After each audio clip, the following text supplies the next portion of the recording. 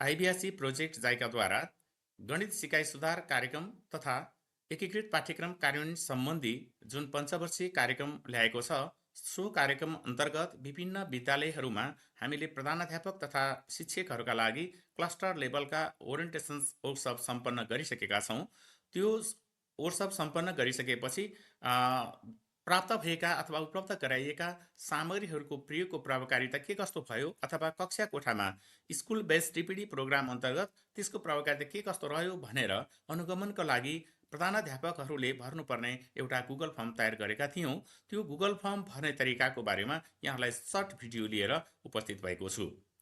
सर्वप्रथम यहाँहरूले Google form भर्नका लागि यहाँले सर्वप्रथम आफ्नो ब्राउजरमा जाने। ब्राउजरमा गइसकेपछि यहाँले जुन आफ्नो पालिकाको जुन एउटा गुगल फर्मको लिङ्क दिएको छ, त्यो लिङ्कमा चाहिँ कपी गर्ने र त्यसलाई इन्टर गर्ने वा क्लिक गर्ने।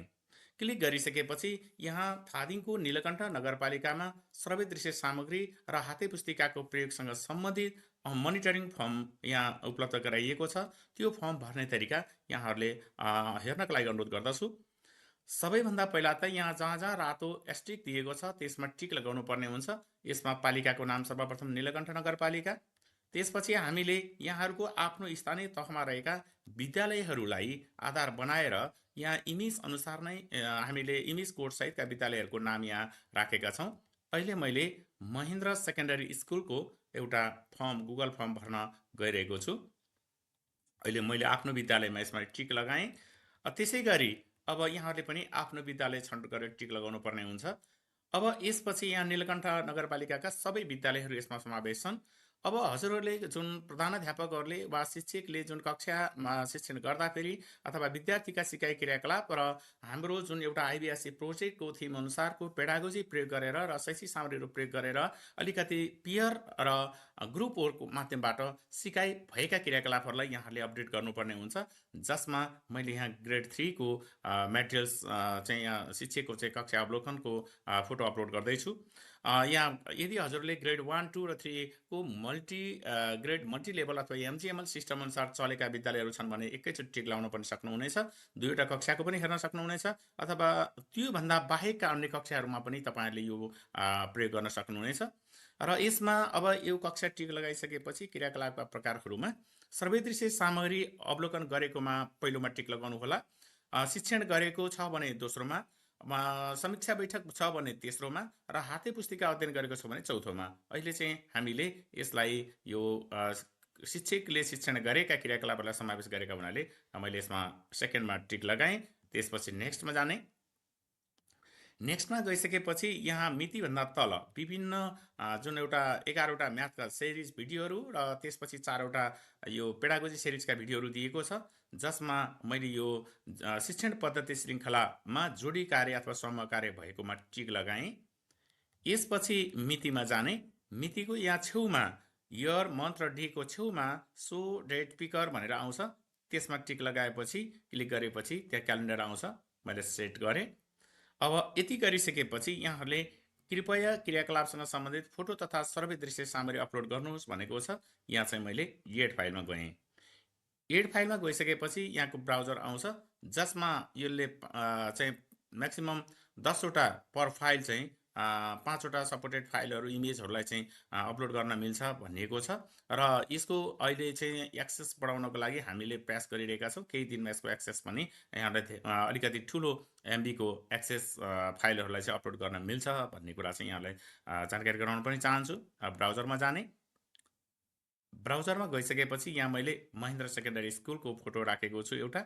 यसलाई मैले सिलेक्ट गरेँ र फोटो अपलोड हुँदैछ। फोटो अपलोड भयो।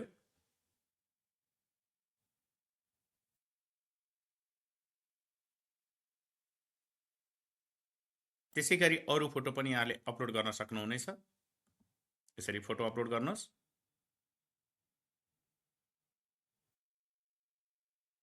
र फोटो अपलोड गरिसकेपछि अब सबमिट।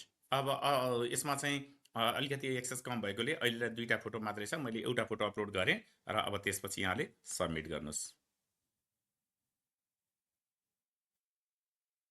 यति गरिसकेपछि हाम्रो यो मोनिटरिङ सिस्टम अनुसार तपाईँले पठाउनु भएको फाइलको रेस्पोन्सेस चाहिँ सम्बन्धित पालिका, इडिसियु धादिङ अथवा इडिसियु अफिस अथवा आइबिएससीको अफिस र त्यसपछि हाम्रो आइबिएसको सेन्ट्रल अफिससम्म यसको एक्सेस चाहिँ पुग्ने हुन्छ र यसलाई हामीले पालिकाबाट पनि मोनिटरिङ गर्ने एक्सेसहरू चाहिँ दिने हामीले चाहिँ व्यवस्था मिलाएका छौँ। र अब यसपछि यहाँले जुन अहिले पठाउनु भएको फाइलको बारेमा रेस्पोन्सेस यसरी आउँछ, क्वेसन्स, रेस्पोन्सेस, सेटिङ। अब यसमा चाहिँ कतिवटा पालिका, कुन पालिकाले कतिवटा विद्यालयले फर्म भरे भन्ने कुरा पनि यहाँले हेर्न मिल्छ। यसरी कुन विद्यालयले फर्म भरे, कुन टपिकमा भरेका छन्, के भरेका छन्, के फोटोहरू पठाएका छन् भन्ने कुरा यो हामीले यो रेस्पोन्सबाट चाहिँ यसरी हेर्न सक्छौँ। यो यसमा चाहिँ रेस्पोन्सबाट है त।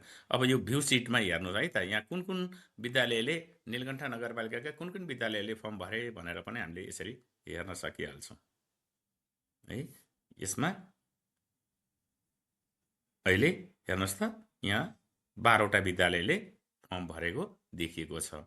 त्यसकारण यहाँले जति सक्दो कम्तीमा हप्तामा 2वटा फर्म अपलोड गरिदिनु भयो भने, कक्षागत रूपमा अपलोड गरिदिनु भयो भने यो कम्तीमा स्कुल बेस्ड टिपिडीमा हामीले उपलब्ध गराएका सर्वदृश्य सामग्री, सन्दर्भ सामग्रीहरूको प्रयोग र हाम्रा जुन अहिलेका न्यू पेडागोजी अनुसारको एकीकृत पाठ्यक्रम कार्यान्वयनसँग सम्बन्धित जुन एउटा पेडागोजी छ र गणित सिकाइ सुधार सम्बन्धी पेडागोजी के अरे भिडियोहरू छ, त्यो भिडियोलाई यहाँहरूले चाहिँ हेर्ने, प्रयोग गर्ने, कक्षा कोठामा प्रयोग गर्ने, जोडी तथा समकार्यमा जोड दिने र गणित क्रमशः सुधार भएको हेर्न पाउनुहुनेछ।